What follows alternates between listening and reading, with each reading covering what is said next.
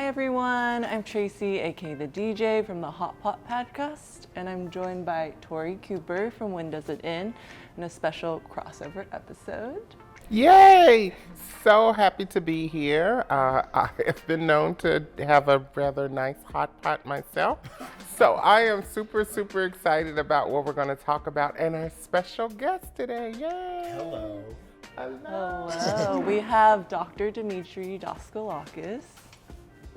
Could you introduce yourself for people who don't know you and tell us a little bit about your background? Sure.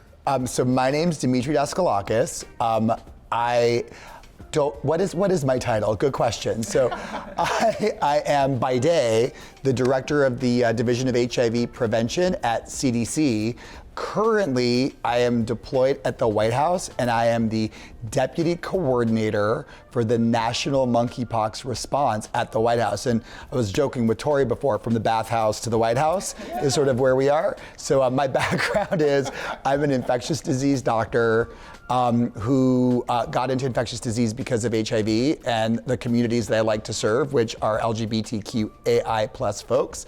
So that's how I got into public health, and really HIV has been my guiding star to tell me what I need to do and where I need to go. And so I follow it through treatment, through prevention, through innovations, through challenges, and it never steers me wrong.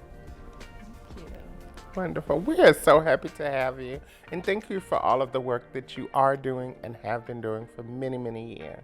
Thanks, Tori. I mean, I can say the same for you. Thank you so much for all that you do. It's a good, we've never met each other. No, we're a really good team. So that's what's really important. So thank you. I say the same to you. Thank you. Well, can we just go into the questions? Is that okay? Yeah. Well, how about you tell us a little bit about where we are with monkeypox, what it is, and where we are in the epidemic today? Sure. I'll start by monkeypox is a virus that causes usually a skin disease, but we are learning a lot more about that because of this outbreak. Generally, when you think of monkeypox, it's been something that we've not seen a lot of in the United States, but other parts of the world have experienced monkeypox outbreaks.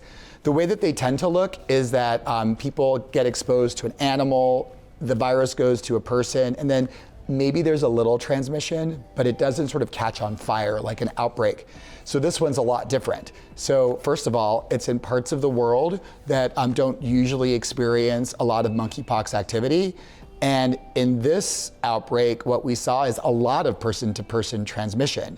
And it was associated with close physical contact, usually sexual, and it was really seen mainly among gay, bisexual, and other men who have sex with men, as well as some transgender or gender diverse individuals who also have sex with men. Also cases in some women, but it's mainly in that population.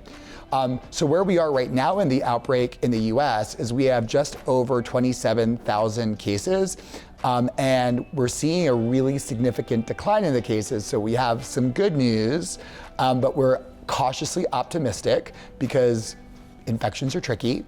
And so a lot of that is driven by a couple of things, well, actually 3 things. One is that the community really mobilized itself, and really through what we've learned through HIV and other infections, public health helped with some good messaging, and then the community took it upon themselves to listen and change some of their behaviors, and that reduced monkeypox transmission.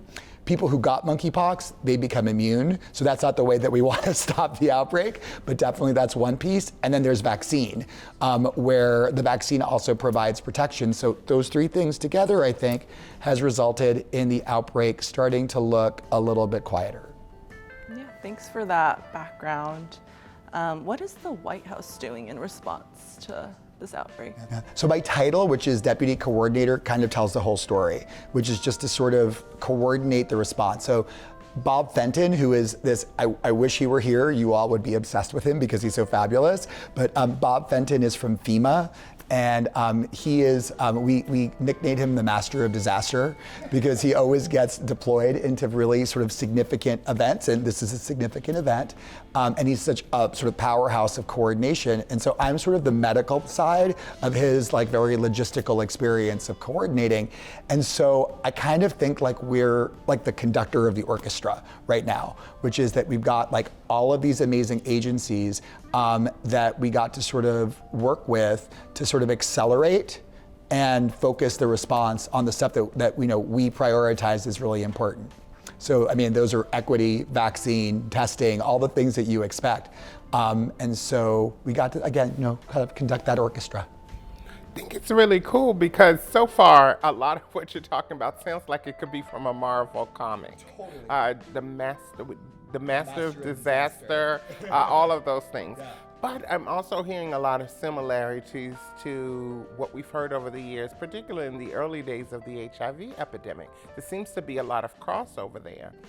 Can you tell us more about the connection and how folks are viewing it and perhaps some of the stigma around monkeypox? Yeah, no, so I feel like the connection, so first of all, monkeypox is certainly not HIV, right? So we'll start with that. It's a lot different. Like, monkeypox is an infection, you get it, you can have really severe symptoms, so it's not something you take lightly. Like, people had really severe symptoms of really bad rectal pain, really like a lot of lesions, and some people living with HIV have such severe disease that they actually, we had people die.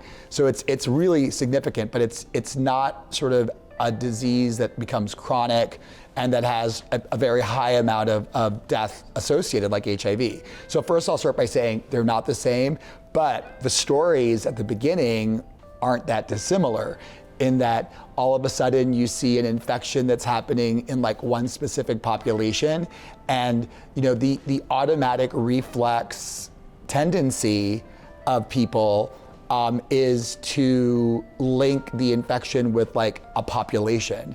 And so this is like where it's really fun, where we like are really taking the sort of HIV story and like saying, hey, we actually learned from something. And 41 years ago, this was gay-related immunodeficiency, and Tori, I can't even look at you and say this because I know you're just going to say you're right and smile at me, but it only takes like this long to create stigma forever. You're right. Right? It's like, so we were so intentional based on the story of like gay-related immunodeficiency for HIV to say like, we got to start and do it the right way. And like, we learned from HIV that you associate how the virus transmits with the behaviors and not with the people. And so we made sure that we talked about behaviors. We didn't call it something that was just associated with gay or trans folks. And then what we did was activate the network of humans that we know who communicate and are trusted in the sort of circles of LGBTQAI plus people and help them get the right script to be able to adapt to spread the word. And so this is directly aligned from 41 years ago in HIV. Like, it's exactly the same playbook. And so many conversations, we've been in some together, in full disclosure, and so many people really across the country have been in a lot of conversations about how to get the right messaging. Yeah. And it was so powerful to see folks who we knew were part of the priority population actually helping with the messaging this time. I think that made a big difference in how we actually reduced stigma even before it happened in some places. Absolutely. I mean, I think that's also a COVID lesson, the idea of like the trusted voice and sort of really pulling from the community that's overrepresented in the outbreak, and also knowing when that evolves. So I feel like we've both been have been the voices for this, depending on the scenario. And as the outbreak evolves, new voices have to come in because it changes as we go. And again, that is that has direct lineage to HIV and to COVID. Yeah, and you mentioned how messaging is so tricky, just because you want to properly serve populations that are impacted by this, but you don't want to stigmatize the illness. Yeah, but it's also like, that's the HIV tightrope. Yeah. I mean, like that, and the thing is, like, it is the same tightrope where you're like, we need to make sure that certain people know more about this than other people, and that they know where to go and where to get what they need, but not to then sort of pin the whole thing on one community. Exactly. Yeah. Mm-hmm. It's that same tightrope. And like, sometimes you do things great and sometimes you do things wrong. And when you do things wrong, you just have to hope that you've not done it so wrong that you're creating that sort of, months or years or decades potentially of stigma. Yeah, I know you mentioned this earlier, but how do we build trust with these communities? And how has monkeypox outreach impacted that? Well, I mean, I feel like the answer is that you build trust by actually engaging the community. So I have like back in my New York days when we were doing the ending the HIV epidemic work, I really learned from that experience that there's a recipe that works for ending outbreaks, including HIV, which is just an outbreak still. It's a long outbreak, but it's an outbreak and needs to be treated as an emergency. We can talk more about that later. But it's three things. It's community engagement, transparent use of science, and political will. You put those three things together and you've got the recipe to make a really lovely ending the HIV or monkeypox outbreak cake. And so it's those ingredients are important, and that builds community trust because the engagement is where all the other parts come from. Like the science, if the community doesn't engage with the science, it stays on the shelf. Like we can talk about HIV pre-exposure prophylaxis. Like you can build all of the infrastructure for HIV PrEP, but if people don't trust it and they don't have demand, may as well leave it on the shelf. May I add, that was an amazing cake.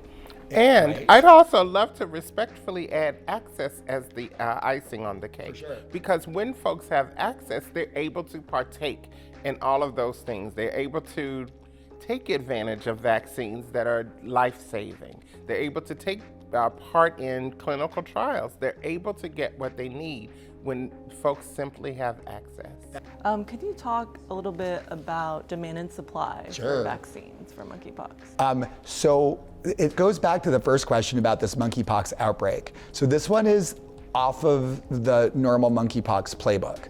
So when this outbreak began, the way that you normally deal with the monkeypox outbreak, and he says that he even knows what a normal monkeypox outbreak is. Like this has never been around me, but I am told through my reading and talking to pox experts that the way that a monkeypox outbreak is usually dealt with is you have someone who has a case of monkeypox or has monkeypox, and then you vaccinate the people all around that person who have had exposure, and that pretty much can fix it, like a ring vaccination strategy. This one, that's how it started. Like enough vaccine available to be able to do like a tight ring around the people who are exposed. And then it became clear quickly that you're not going to know everyone who's been exposed because of just social networks, sexual networks. It just wasn't that clean and clear. And so at that point, there was a clear supply and demand mismatch. Like we didn't have enough vaccine to actually cover the population who could potentially have been exposed, which is why that dictated going to a strategy that was like post-exposure. It was like a ring vaccination, but like a little extra, where it wasn't just about being exposed to a person with monkeypox, but being in scenarios where you could have been exposed to monkeypox. And so then the fun part came with supply, which is where Bob and I think, did a lot of work. And so lots of different domains to increase the supply of vaccine to meet the demand. One of them was working with the company Bavarian Nordic that's in Denmark to increase shipping as well as increasing actual production of vaccine. We also did something that's called CMO, a contract manufacturing organization. I've become a C. Mm-hmm. Who thought, Tori, that I would be a vaccine manufacturing expert now too? So a CMO, and that was in Michigan, which is a US company, and their job is to do what's called fill and finish a vaccine. And what that really means is taking like raw vaccine and putting it into the vial so that you can actually put it into people's arms. And then the last thing we did is really look at strategies that are based in science to extend how much vaccine we have available. And that was moving from the standard subcutaneous dosing to the intradermal dosing. So not so deep in the skin, but more shallow. And what that does is that the dose that goes more shallow is smaller, though we think equally effective. So we were able to have each vial go a longer way. And so we thought at the beginning, probably 5 doses per vial. It's closer to 4.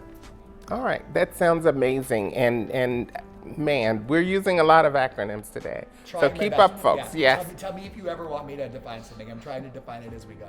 God made Google just for that. So thank you for that. But you brought up a lot of really interesting things. We don't have a lot of time left, but can you give us, or will you give us, one thing that your team did really, really well, and one point that one learning point, something that we can do better when and if the next thing happens? I love that question so much. I think the thing that we did the best, and I'll talk about the CDC and White House team, was really moving the community engagement piece from the very beginning really quickly, and remembering that a community engagement is a process and not a one-time thing. That is an HIV lesson, right? So we know that from HIV, but like it was really fun to see it evolve in this outbreak. The thing that I think that I could have done better and our team could have done better was to communicate even better transparently about what we know and what we don't know. I feel like every time that we communicate really transparently, what we know today is this and what we know tomorrow may be different, things go really well. It's sometimes in public health, like there are some slam dunks, but not everything is a slam dunk, and certainly not in an outbreak. And so I would say that even better risk communication around the fact that the science changes and that what we know changes would have been even better. And I think we did some of it, but I think that that's an area that you can always do better in an outbreak. I think that's all we have. Do you have anything else to add? No, just gratitude. So I mean, I'm literally, I think, thank you for doing this. I think it's really exciting. People will listen. And again, it's really important to sort of get the messages out, but then also, gratitude for the community because they made all this happen. Like we just helped facilitate a little bit. If I may add also, many of us, there are a lot of people who experience different levels of medical mistrust. Yes. And for a lot of different reasons. So I want to thank you for being so open and transparent and personable and being able to provide information so that people get it. Thank you. I mean, this love affair continues, Tori. Indeed. So it's okay. We love you too, but we go way back. Thank you everyone for watching. We'll see you next time. Bye. Bye.